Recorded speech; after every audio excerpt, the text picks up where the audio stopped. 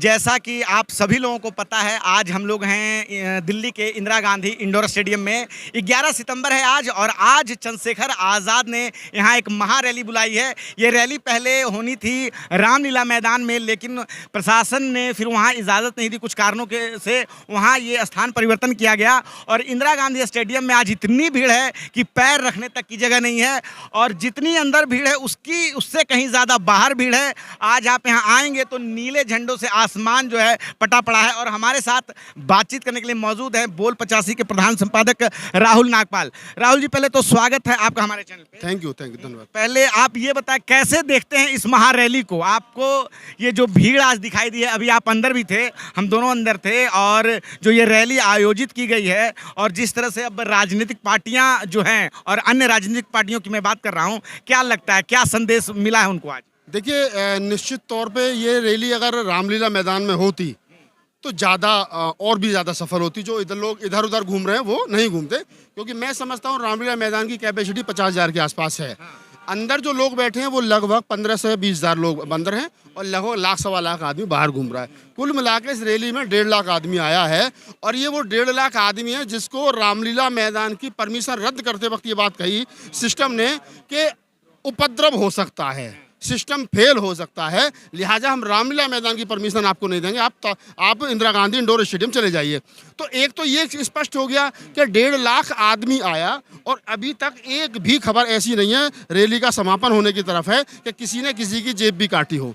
तो ये अनुशासन है। सवाल यहाँ पे आता है कि आपने कहा कि प्रशासन ने कहा कि उपद्रव हो सकता है, तो क्या जब अन्य राजनीतिक पार्टियां, भाजपा है, कांग्रेस है, या अन्य और भी राजनीतिक पार्टियां, हम नाम 2 ही पार्टियों का ले रहे हैं, क्या वो जब आएंगे तो उपद्रव नहीं होगा? प्रशासन ने जो इस तरह के आरोप लगाए। दरअसल क्या है ना कि भीम आर्मी, चंद्रशेखर और ये जो हमारा जो सारा ग्रुप है, इसको पहले दिन से टारगेट किया जाता रहे। ये तो झगड़ालू लोग हैं, ये तो उपद्रवी लोग हैं, ये तो जहाँ पहुँचते हैं वहाँ झगड़ा करवा देते हैं, ये तो जहाँ पहुँचते हैं वहाँ पर क्या नाम है माहौल ख़राब कर देते हैं, पुलिस वालों को गरिया देते हैं, जबकि ऐसा नहीं है।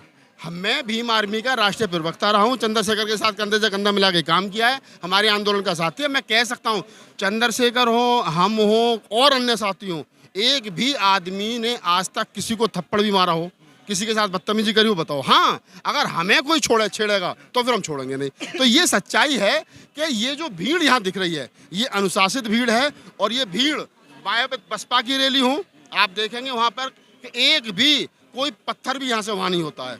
ये रैली है आज़ाद समाज पार्टी भीम आर्मी की, एक भी व्यक्ति को कोई नुकसान नहीं पहुंचा।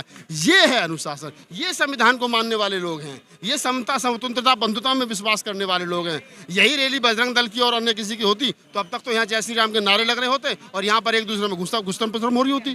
तो नारे तो खैर यहाँ भी लग रहे हैं, जय भीम के नारे लग रहे हैं, वहाँ जय श्री राम के नारे लगते, तो नारे का, भीम का नारे का मतलब है समता, बंधुता, संविधान, सिस्टम। जय भीम का नारे का मतलब है इस देश के अंदर वो तमाम जो सारी चीजें हैं उनकी जय हो। बाबा साहब डॉक्टर अम्बेडकर किसी एक के नहीं थे, वो पूरे देश के हैं, और पूरा देश बाबा साहब से प्यार करता है। एक सवाल लेते हैं कि आज के दौर में, अभी कुछ समय पहले चुनाव हुआ लोकसभा का, तो उसमें रैलियों पर रैलियां हो रही थी, और बड़े नेता, मैं यहाँ नाम लेके कहना चाहूँ कि कई बार जो नरेंद्र मोदी भी रैली कर रहे थे, उनमें इतनी भीड़ नहीं थी उनकी रैलियों में। चंद्रशेखर आज़ाद ने जो आज ये महारैली बुलाई और इस तरह की भीड़ हम देख रहे हैं, क्या लगता है चंद्रशेखर आज़ाद जो है आज बहुजन की जो है सबसे स्थापित नेता बन चुके हैं, और या होने की प्रक्रिया में? क्या लगता है आपको, या कहां तक जाएंगे? आपको क्या संभावनाएं देखते हैं आप? मैं जो पहले दिन से कह रहा हूं, आज वही बात फिर रिपीट कर रहा हूं।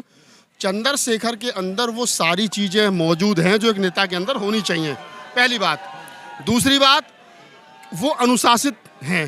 तीसरी बात, नेतृत्व करने की क्षमता है।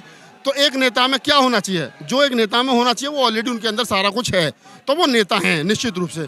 अब उनको समाज नेता स्वीकार करेगा या नहीं करेगा, ये वाली बात है। तो ये जो भीड़ है, ये जो लोग आए हैं नीला गमछा करके जय भीम का नारा लगाते हुए, ये इस बात पर मोहर लगा रहे हैं कि चंद्रशेखर को लोग नेता मानते हैं। और मेरे और आपके कहने से क्या होगा, जब एक लोकसभा के अंदर उनको बाकायदा सांसद चुनाव जिता करके अपने बलबूते, किसी बड़ी पार्टी के सिर्फ चंद्रशेखर के अपने बलबूते वो मेंबर्स ऑफ पार्लियामेंट हैं, तो आप समझिएगा वो नेता तो बन गए। और अब ये जितना समाज जुड़ेगा, ये 85% बहुजन समाज जितना चंद्रशेखर और आज़ाद समाज पार्टी के साथ जुड़ेगा, और चंद्रशेखर के भी जो अन्य पार्टी के नेता उनके साथ जुड़ेगा, तब जाकर के आपको देखिए चंद्रशेखर में मुझे भविष्य का देश का प्रधानमंत्री दिखाई देता है।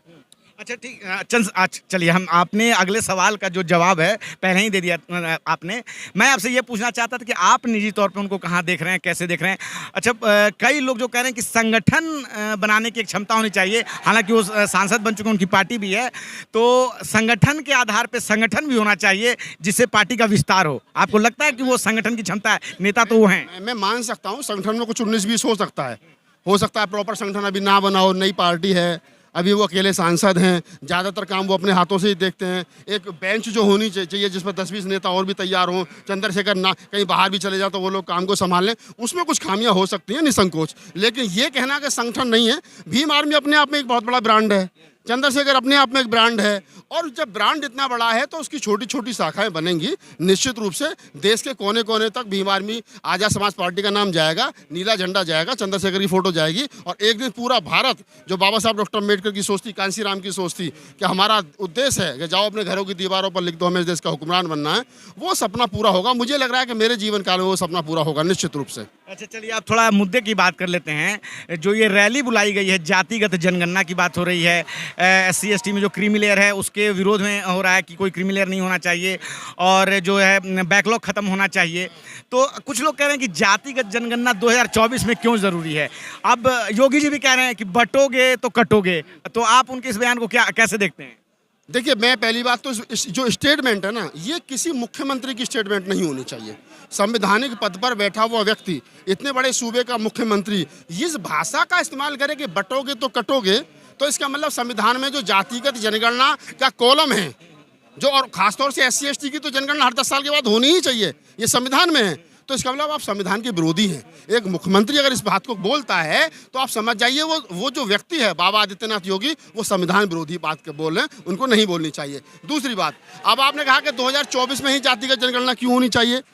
24 में हो, 24.5 में हो, पौने 25 में हो, 25 में हो, बहरहाल जब भी हो, मैं ये चाहता हूँ देश के अंदर जातिगत जनगणना होनी चाहिए, देश का एक्सरे होना चाहिए, ताकि ये पता चले कि कौन किसकी कितनी हकमारी कर रहा है।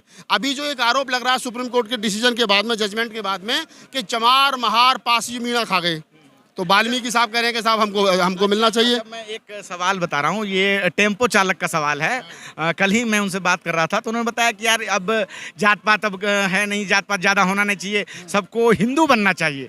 ये दिल्ली का एक ऑटो चालक है, वो मुझसे बातचीत में कह रहा है कि हम सब लोगों को अब एक हिंदू बनना चाहिए, और आप जात पात की बात करें, वो मुझे टारगेट कर रहा था कि जात पात की बात मत करो, सब हिंदू बनो, एक साथ रहो। क्या जवाब देंगे आप? उसको ये बोलना चाहिए था आपको कि जिस हिंदू धर्म की बात आप कर रहे हैं, हाँ मैं ये भी बता दूं कि उन्होंने बताया कि वो बहुजन समाज से भी हैं। मैं बता रहा हूं ना, उसको ये पूछना चाहिए कि तुम्हारे हिंदू धर्म में बुद्ध कहाँ है, कबीर कहाँ है, नानक कहाँ है, रैदास कहाँ है, फूले कहाँ हैं, साहूजी महाराज कहाँ हैं, डॉक्टर अम्बेडकर कहाँ हैं, कांसी राम कहाँ हैं। इसका मतलब तुम्हारे हिंदू राष्ट्र में मेरे 2500 साल के पुरखे नहीं हैं, तो तुम्हारे हिंदू राष्ट्र में मेरा कुछ नहीं है। पहली बात तो ये तय हो गई। तो इसका मतलब ये जो 85% बहुजन समाज है, वो 15% का हिंदू राष्ट्र है, जो जाति के आधार पर, धर्म के आधार पर लोगों को बांट करके, और अपने चंद चंट्र चालाक लोग, 3% लोग जो मंदिरों पर कब्जा जमाए बैठे हैं और कुछ शासन प्रशासन में कब्जा जमाए बैठे हैं, वो सबको हिंदू हिंदू करके अपना पूरा मजा ले रहे हैं। और तुमको मतलब वो तो खा रहे हैं रसमलाई, और तुम्हें नहीं मिल रहा जोहड़ का पानी भी। तो आप समझिए हिंदू धर्म एक धोखा है, एक छलावा है। हिंदू धर्म नाम की कोई चीज ही नहीं है। धोखा क्या है? क्या धोखा है? मैंने बताया ना, आपके हिंदू राष्ट्र में मेरे 2500 साल के पुरखे नहीं है भाई। बुद्ध नहीं, कबीर नहीं, नानक नहीं, रैदास नहीं, फूले नहीं, साहू नहीं, अम्बेडकर नहीं, कांसी राम।